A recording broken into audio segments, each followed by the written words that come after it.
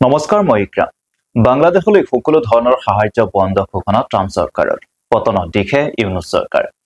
ডাঙৰ বিপদত চপৰীয়া ৰাষ্ট্ৰ বাংলাদেশ শেখ হাছিনা চৰকাৰৰ পতনৰ পাছতে দেশখনে বিভিন্ন দিশৰ সংকটত ভুগি আছে তাৰ মাজতে আমেৰিকাই বন্ধ কৰিলে বাংলাদেশলৈ সকলো প্ৰকাৰৰ সাহায্য বাংলাদেশৰ অন্তৰ্বৰ্তীকালীন মোহাম্মদ ইউনুছ চৰকাৰক ডাঙৰ আঘাত আমেৰিকাৰ ৰাষ্ট্ৰপতি ডনাল্ড ট্ৰাম্পৰ আমেৰিকা চৰকাৰে তৎকালীনভাৱে কাৰ্যকৰী হোৱাকৈ বাংলাদেশলৈ সকলো ধৰণৰ সাহায্য বন্ধ ঘোষণা কৰিছে EUSAID বা বাংলাদেশৰ চুক্তি পৰ কৰ্ডাৰ অনুদান সমবায় চুক্তি বা অনন্য সহায় বা অধিগ্ৰহণৰ অধীনত যিকোনো কাম তৎকালীনভাৱে বন্ধ বা স্থগিত ৰখাৰ নিৰ্দেশ জাৰি কৰিছে ট্ৰাম্প প্ৰশাসনে উল্লেখ্য যে আমেৰিকাৰ ৰাষ্ট্ৰপতি হিচাপে শপত গ্ৰহণ কৰাৰ পাছত ডনাল্ড ট্ৰাম্পে কেইবাটাও ডাঙৰ সিদ্ধান্ত গ্ৰহণ কৰে ইয়াৰ ভিতৰত কেইবাখনো দেশ আৰু আন্তঃৰাষ্ট্ৰীয় প্ৰতিষ্ঠানক দিয়া আৰ্থিক সাহায্য 90 দিনৰ বাবে স্থগিত ৰখাৰ সিদ্ধান্ত অন্যতম কিছুদিন পূৰ্বে আমেৰিকাই ইউক্ৰেইনক দি থকা সাহায্য বন্ধ কৰিছিল ৰাছিয়া আৰু ইউক্ৰেইনৰ যুদ্ধৰ বিষয়টো আমেৰিকাৰ প্ৰাক্তন ৰাষ্ট্ৰপতি জো বাইডেনে ইউক্ৰেইনক সমৰ্থন কৰি সাহায্য আগবঢ়াই আহিছিল যদিও ট্ৰাম্প শাসনলৈ অহাৰ পাছত এই সাহায্য বন্ধ কৰে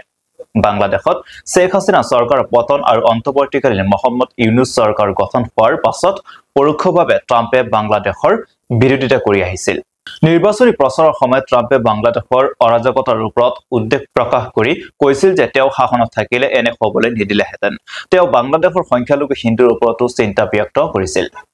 গতিকে অনুমান কৰা হৈছিল যে ট্ৰাম্প শাসনলৈ আহিলে বাংলাদেশৰ বিৰুদ্ধে কোনো সিদ্ধান্ত গ্ৰহণ কৰিব পাৰে ইয়াৰ বিপৰীতে মোহাম্মদ ইউনুছে শাসনভাৰ গ্ৰহণ কৰাৰ পাছতে কেইবাজনো সন্ত্ৰাসবাদীক বাংলাদেশ জেলৰ পৰা মুকলি কৰি দিয়ে তাৰ ভিতৰত সৈয়দ জিয়াউল হক অন্যতম তথ্য অনুসৰি সৈয়দ জিয়াউল হক আল কায়দা সমৰ্থিত আনসাৰুল্লাহ বাংলা টিমৰ অন্যতম নেতা যাৰ বাবে আমেৰিকা চকু তেওঁৰ ওপৰত আছিল ইউনুছ চৰকাৰে এই নেতাগৰাকীক মুকলি কৰি দিয়াৰ পাছতে আমেৰিকাই ইয়াৰ বিৰোধিতাও কৰিছিল ট্ৰাম্পৰ শপত গ্ৰহণৰ প্ৰভাৱ সমগ্ৰ বিশ্বত পৰা পৰিলক্ষিত হয় শেহতীয়াকৈ আমেৰিকাৰ বিদেশ মন্ত্ৰী মাৰ্কো ৰুবিয়াই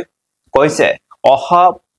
85 দিনৰ ভিতৰত চৰকাৰে সকলো বিদেশী সাহায্যৰ আভ্যন্তৰীণ পৰ্যালোচনা কৰিব আৰু ইতিমধ্যে এই ক্ষেত্ৰত নিৰ্দেশ জাৰি কৰা হৈছে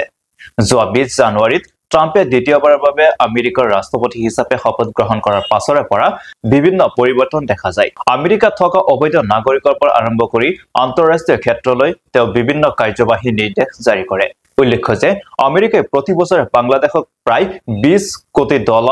আৰ্থিক সাহায্য প্ৰদান কৰে ইয়াৰ উপৰি আমেৰিকা বাংলাদেশৰ সৰ্ববৃহৎ ৰপ্তানি বজাৰ বাংলাদেশ চৰকাৰ সংকটত থকাৰ মাজতে ট্ৰাম্প চৰকাৰে শেহতীয়াকৈ গ্ৰহণ কৰা এই সিদ্ধান্তই দেশখনত যথেষ্ট ক্ষতি কৰিব বুলি অনুমান কৰিব পাৰি